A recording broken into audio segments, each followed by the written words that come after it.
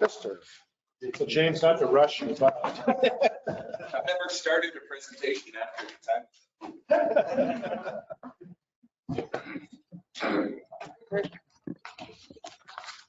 All right. Hi, everybody. I'm going to be discussing our regional safety targets and asking you all to approve the recommended targets for our region. I'm going to go over some background, how we set performance targets, why we do it, why we're required to, and then we'll look into some of the data as well. And then I'll entertain any questions you may have. Just some high-level background. The Transportation Performance Measure Guidance was established under federal legislation MAP 21. It continued through the FAST Act and most recently through the IIJA. It stipulates that all state DOTs and MPOs must establish safety performance targets for the following 5 measures. The first is the number of fatalities. The second is the rate of fatalities per 100 million vehicle miles traveled. The third is the number of serious injuries, and then the rate of serious injuries. And lastly, a combined measure, which is the number of non-motorized fatalities and non-motorized serious injuries. Just so you know, because some of the data will look wonky, you'll see some decimals. We use a 5-year rolling average rather than yearly data. We acknowledge that, you know, there are humans behind this data that represent these fatalities and these serious injuries, but that 5-year rolling average gives us a smoother trend line, gives us a better look at the direction our region is traveling. So that's why you'll see some decimals. I briefly want to talk about some national trends. The data we have for 2022 is still, we're not finished parsing through the data yet. It's still preliminary data. So what we're looking at are some bigger national trends. Fortunately, fatalities at the national level seem to be leveling off after a surge during the pandemic era. Through September 2022, there's been only a fractional increase in national roadway fatalities, whereas the increase from 2021 was actually a 6% increase. So that's a good sign for our nation. We would rather see that number going down, but leveling off indicates that we might start going down in the future. There's some interesting differences in the data depending on the type of crash and depending on the driver. For example, in 2022, we saw a decrease in fatalities among younger drivers, a decrease on urban collectors and local roads, a decrease in unbelted people in passenger vehicles, and a decrease in speeding related crashes. Conversely, there have been some increases on rural roads in crashes involving at least one large truck, and then an increase in fatalities in crashes involving non-vehicles, bicyclists, pedestrians, motorcycles. Just to provide some more local context, and remember, we're using that 5-year rolling average, and our data from 2022 is still preliminary, so we're using some trend line data to discuss that.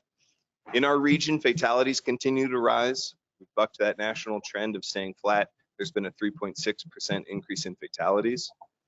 Fortunately, our serious injuries and our rate have declined slightly. That's a good sign. It's been a while since we've seen any green in any of these measures in our region. But unfortunately, non-motorized serious injuries and fatalities continue to rise moderately. I want to talk a little bit about how we set these targets. Because we are a 2-state region, we have an option of either adopting one of our state DOT's methodologies for setting their targets. MoDOT uses a bit more aggressive methodology for setting targets, whereas IDOT uses a bit more conservative, potentially attainable one. So in all the years that we've been setting performance management targets, we've adopted the IDOT methodology, which is to adopt a 2% reduction across all 5 measures.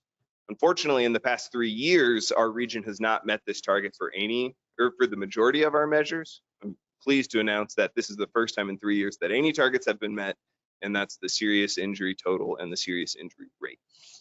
My colleague Anna will speak on it a little bit later, but we will be conducting a comprehensive safety action plan, which provides us a wonderful opportunity to really dig in and find a more comprehensive way, a more progressive way of setting these targets. Obviously, just doing the same thing over and over again doesn't seem to be working. So hopefully, as we conduct the safety action plan, we'll find new ways of setting the targets and aligning those targets with projects and programs that actually improve our regional safety outcomes.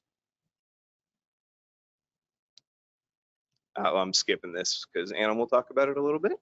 So I'm going to briefly go through the trends and the data and then present the recommended targets for you all to vote on. When you look at these maps, keep in mind that the orange square is the trend. If we, that's the direction that all of these measures are moving towards. That green triangle is the target that staff is recommending.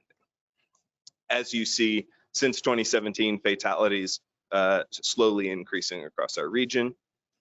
The fatalities rate similarly has been increasing.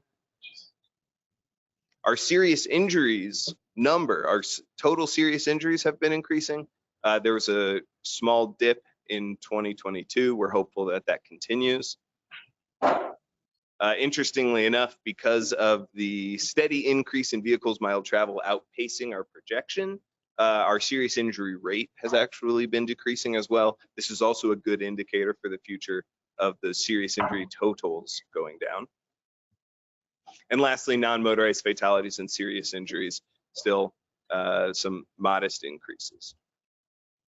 So this slide includes in the green column the targets for last year that were set for 2022.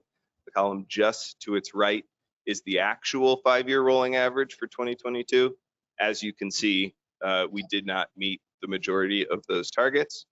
Once again, staff is recommending a 2% reduction across the board in all of these measures. So that's the target I'm asking you to vote on. But you can see the discrete numbers in the final column. Those are the targets we're chasing for the year 2023. Oh, that's it. Does anybody have any questions for me? I have a question, Mr. Chair, please. Yes. In your pulling together your targets, are you including any public safety personnel, law enforcement, or anyone that helps you get to these targets? You know, that's a fantastic question because historically we don't. We talk to our state DOTs. We talk to MoDOT and IDOT because of the way MPOs operate. We either adopt their state targets or set our own. And in the past, there haven't been good comprehensive conversations around how we set these targets at a regional level. And I'm hoping that's something that comes out of this safety action plan. Hopefully, It's high time. consider that these are professionals in the area and they might be able to assist you with that. So it's just a suggestion. Absolutely. Thank you. Ms. Days, real quick, Anna's going to talk about a safety action plan that we're working on, or going to be working on, I think James referred And to were it. these personnel included in that action plan? They will be, yes. Okay. All right. Thank you. Follow-up question to that excellent question. Been 20 years since I've looked at an accident report filled out by the police. But on there, 20 years ago, they had, cause of accident. One of them was, road condition. But then after that, it was negligence or speeding or failure to stop, whatever. So are we looking at accidents that are a result of road conditions? Or are we looking at all accidents? And if we're looking at all accidents, as was suggested, shouldn't we be talking to the police rather than MoDOT? Yeah, so historically, we do look at all accidents, no matter what led to the accident. Caused by road conditions and how many are caused by? We do, oh, pardon. We do eventually, there is a real lag in getting that data. Sometimes it takes a year or two for it to trickle down from the federal system. So that's a kind of hiccup in the system. But for the federal, we are federally required just to report on the totals and the rates. So yeah, perhaps more work is needed. Well, really quickly though, that category of road condition is a spectrum, right? So some of it is pavement condition, that sort of thing. The rest of it is weather related, whether it's icy, snowy, rainy, whatever. And there's, so if you're talking about maintaining a road and making that linkage, that's part of it. But, yeah. Yes. Mark, I know that, Mr. Chairman, I always say how well the region does. It's about all of us and what we do and what we say. and how we work together and how we make things better. And I know that we have a new statistic that's going to be on next year's thing. And that newspaper right there has the article related to what happened just recently with this young girl in St. Louis, walking with her family. I heard the folks this morning on the radio, but there's an article on the bottom half of the front page of the Post today, talking about why that happened. And, you know, as a region, we have to, we win and lose collectively. And that was not because of bad road conditions. Read the article. I mean, most of you probably have anyway. It's because of a lot of things that we don't control that happen. And that kind of stuff, that young family, it breaks my heart. That young girl is one of the statistics. She's one of the people that next year, in 2 or 3 years, when that's updated, her number will be there. And it wasn't because we didn't have sidewalks, or we didn't have speed requirements, or we didn't have potholes. It's because of other things. And I think we need to discover that part and fix it, because, I mean, it's the saddest thing I think that I've experienced in a couple of weeks, just finding out about that. So I'm finished. I'm finished. So there's one of your statistics was a 10% increase in truck casualties caused by semis. Is that unusual throughout the country? Is there something, do we have more trucks traveling through our region? What would have caused that number? Do we know? And how do we change that? Unfortunately, that data, that statistic I gave comes from a NHTSA report from September of last year, and they didn't provide any more background on that. I could speculate on some driver trends that we know. Vehicle miles traveled are going up a lot, more vehicles on the road, but I'm not sure. I don't. So how do you drive these numbers that we're looking to drive? I mean, how are we going to get that down? Is there specific things that we're going to work on around this table?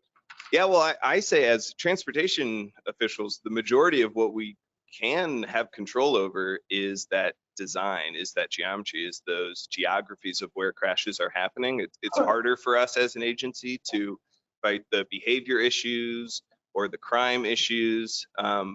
But there are, and for all of every single number one of these fatalities or serious injuries is a tragedy, but there are so many, there are thousands of them that happen that are just, you know, people, normal everyday people who are driving, and maybe they're speeding, maybe they're distracted.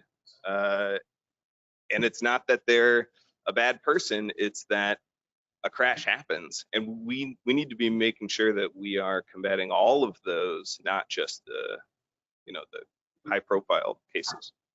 How that trickles to Gateway too is the decision being made on MoDOT projects, locally sponsored projects, those types of things, and making sure that they include things like safety countermeasures and those types of things. But then the conversation also needs to happen around driver behavior and those types of things too. Sorry. Yeah. I agree with Commissioner Gannon that incident was extremely tragic for that family involved. However, one of the things that I called for that we're working on with East West Gateway was a regional crime summit, so we can address some of the elephants in the room. And also, so we're working together because this affects not only St. Louis City, but it affects our region as well. One of the things that we're doing is, for the first time in St. Louis history, we're doing a citywide traffic and mobility study and plan to do some active road calming, because our streets are very wide and were built for a lot of vehicles. And when you have wide streets like that, that invites speeding and invites that kind of behavior. So and just look at Natural Bridge, which used to be one of the most dangerous streets in our region, and the traffic calming measures have decreased the number of accidents and fatalities significantly. I mean, just think about the woman who was decapitated as she was crossing Natural Bridge. So those sort of measures, I think that we all need to look at, not just in St. Louis City, but other parts of our region as well, to calm the traffic flow of people as they enter, as they travel around our region. Anyone have anything further? Real quick, Mr. Chair, let's see, where was I? Is it James? Yes, sir. Thanks very much, brother. Appreciate you. The question I have, is there a path perhaps locally that we could attain more immediate information / statistics instead of waiting for the feds to come down with theirs? At least we could establish our own baseline relatively quick, I would think, with the resources we all have, police reports and accidents and insurance companies that all process these accidents or log them in some fashion. I don't think that would be too hard to implement for us to establish, as I said, a baseline, and we probably already have it. I'm not really sure, but you said there's a real challenge getting the statistics all aligned. We could implement as government leaders, just a standard line item in our, be it our highway departments or our law enforcement officials to put that information out on a monthly or quarterly basis. And that, what I think would empower you and we as a whole to address these issues more rapidly. Does that make sense? Absolutely. Well, yeah, just so you know, we did have a campaign and it fallen off. I'm not sure why it had fallen off, where every month we were putting up at various locations a signage that said how many lives had been lost that month due to crashes.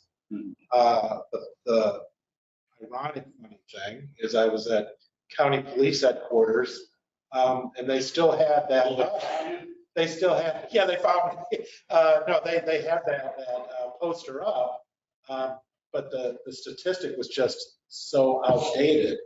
It's ridiculous. So it's not their fault. The numbers were coming out of wherever they were coming out. But I see what you're talking about. I think it'd be a great tool, and I don't think it'd be that challenging to produce those numbers. Yeah, and I will applaud both MoDOT and IDOT. They do a good job on their websites of tracking and sharing when and where serious crashes are happening. The data lag is really that like fine-tooth data about what were the conditions, who was the driver, like all a myriad of more data that's helpful to us. But MoDOT and IDOT do a very good job of weekly and monthly updating what's happening where. Really pin down a lot of pertinent information relative to road conditions via pavement, road conditions via weather, inattentive driving, distracted driving, via cell, et cetera. Criminals on the loose, who knows? You know, we can do all kinds of things. Great, Mike? To the young lady's point earlier, wouldn't law enforcement have that information readily available? Yeah, law enforcement argue, yeah, absolutely. I would assume that they would be able to roll that out to you sooner than our friends at MoDOT or IDOT, since I believe they do all incident reports. So I would think highway patrol or county police or whatever would be able to get that to you. In terms of trucking, National Trucking Association. Okay. Anything else? James, thank you very much. Oh, we're not quite done. I do ask their staff recommends the adoption of these, these safety targets. You guys are going to remove me. I'll be impeached. Okay. James, so the recommendation. Oh yeah, staff recommends the adoption of these 2023 regional safety targets. Entertain a motion to approve. Geisman, second. Who made the second? Mr. Laker. Any discussion? All those in favor say aye. Aye. Opposed? Aye. Now I'm finished. One nay. Noted. 4B, consultant selection for O'Fallon Great Streets. Paul?